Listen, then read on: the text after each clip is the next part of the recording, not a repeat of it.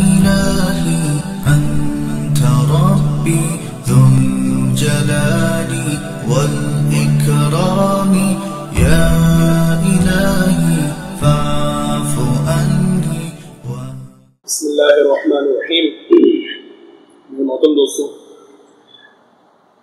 آج ایک چیز کے اوپر میں گفتگو کرنا چاہتا ہوں مختصر سی. وہ یہ کہ عام طور سے ہم نے یہ بات بہت زیادہ سنی ہے کہ جہاں دو برتن ہوتے ہیں وہ بچتے بھی ہیں، جہاں دو برتن ہوں گے وہ بچیں گے. اس بات کو اس حوالے سے لیا جاتا ہے کہ بھائی جہاں میاں بیوی کا رشتہ ہوتا ہے تو ان میں کچھ نوک جھوک اور ساری چیزیں ان میں جو ہے لڑائی جھگڑے تھوڑے بہت معمولی بہت چلتے ضرور ہے. ایسا کوئی گھر نہیں ہے جہاں نہ ہوتا ہو. تو ہم اس بات کو بالکل تسلیم کرتے ہیں کہ بھائی جہاں میاں بیوی ہوتے ہیں تو ان میں لڑائی جھگڑے ہوتے رہتے ہیں. ایسا نہیں ہوتا کہ جو ہے نا گاڑی بالکل صحیح چلتی رہے. نوک جھوک کچھ نہ کچھ ہوتی رہتی ہے. کچھ ایسی بات ہے مزاج کی بات ہوتی ہے. کسی کا مزاج کیا ہوتا ہے، کسی کا مزاج کیا ہوتا ہے، کوئی مزاج کے خلاف کوئی بات ہو جاتی ہے تو نوک جھوک کا معاملہ چلتا رہتا ہے. لیکن میرے دوستوں بات ساری یہاں پر یہ ہے کہ میاں بیوی کی لڑائی ہوتی ہے، ہر گھر میں ہوتی ہے، لیکن لڑائی کبھی ایک طریقہ ہوتا ہے.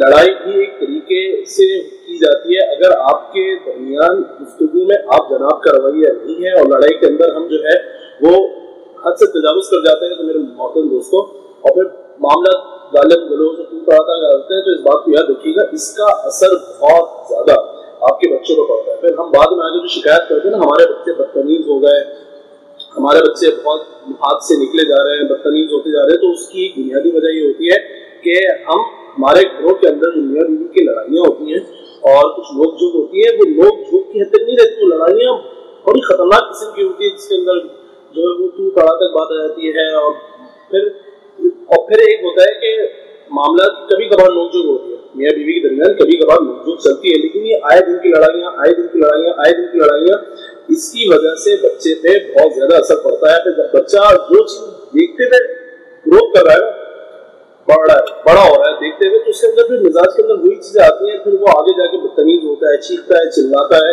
پھر آپ سے یہ آپ کہتے ہو کہ دیکھیں ہمارا بچہ بدتمیز ہو گیا، معاشرے نے خراب کر دیا، اس کے دوستوں نے خراب کر دیا. دوستوں نے خراب نہیں کیا، اصل وجہ یہ ہے کہ آپ نے اس کی پرورش ایسے ماحول میں کی ہے جہاں ہر وقت جو ہے وہ لڑائیاں. بھائی زندگی کے طریقے مطلب اس طرح ہوتے ہیں. میاں بیوی کا جو تعلق ہے وہ حسین تعلق ہے اور وہ حسین ہی اس وقت بنتا ہے جب آپ ایک دوسرے کو برداشت کر کے چلو اور ایک دوسرے کو آدمی کمپرومائز کے ساتھ چلتا ہے نا. ٹھیک ہے کبھی کبھار آدمی سے مطلب برداشت نہیں ہوتا تو کہہ دیتا ہے، لیکن اس مطلب یہ نہیں کہ ہر وقت کی لڑائی تو معاملات پھر آگے نکل جاتا ہے. تو حسن جو ہے میاں بیوی کے رشتے کا یہ ہے کہ آپ جو ایک دوسرے کو برداشت کرتے ہوئے چلیں، نہ کہ یہ کہ ہر وقت لڑتے ہوئے چلیں. پھر آپ دیکھیں آپ کے بچے پہ یہ اثرات پڑتے ہیں اور پھر یہ بلیم دینا کہ بھائی بچے کو خراب کر دیا، بھارت کے ماحول نے خراب کر دیا، تو یہ بات غلط ہے. آپ خود ذمہ دار ہے اپنے بچے کی خرابی. نمبر دوسری بات یہ کہ بچوں کو زیادہ روک ٹوک کرنا، ان کو ڈانٹ ڈپٹ ان کو مارنا، یہ بھی ایک بنیادی وجہ ہوتی ہے کہ آپ اپنے بچے کو خراب کر رہے ہیں. تو یہ چیز بہت غلط ہے. ہم دیکھتے ہیں کہ بہت سارے گھروں میں دیکھتے ہیں بچہ ہر وقت پٹ رہا ہے. کسی کو ہم دیکھتے ہیں کہ کوئی ماں باپ میں سے کوئی ایک ہے یا دونوں بچوں کو کوس رہے ہیں تو پھر بچہ جو ہے بڑا ہوتا ہے پھر وہ ایک تھوڑا سا نفرت سا والدین کے حوالے سے آ جاتا ہے. پھر جب بڑا ہوتا ہے صاحب اختیار ہوتا ہے وہ بھی بولنا شروع کر دیتا ہے، وہ بھی ان کی جواب دیتا ہے. تو یہ چیز بہت غلط ہے. اس کو بہت ضروری ہے کہ ہم ان چیزوں کا استحباب کریں، اپنے گھروں کے اندر اپنے گھر کے ماحول کو اچھا بنائیں، میاں بیوی اپنے تعلقات کو اچھا بنائیں، ایک دوسرے کو برداشت کرتے ہوئے چلیں اور بچوں کے ساتھ اولاد کے ساتھ بہت محبت والا معاملہ رکھیں تاکہ اس کو پیار ملے گا، محبت ملے گی. پھر اس کے ساتھ ٹھیک ہے مطلب سختی ہے لیکن تو زیادہ سختی والا معاملہ جو ہے یہ تھوڑا سا خراب ہے. تو بچوں کے ساتھ بہت پیار محبت والا رویہ ہو. اس طرح انشاءاللہ بچے جب پیار محبت میں فرمان چڑھتے ہیں تو پھر آپ کو جا کے پیار محبت ہی ملے گا. اگر آپ ان کو ڈانٹ ٹپٹ سختی مار دھاڑ ہر وقت کرتے رہیں گے تو آگے جا کے پھر یہ بچے نے والدین کی نافرمان بن جائیں.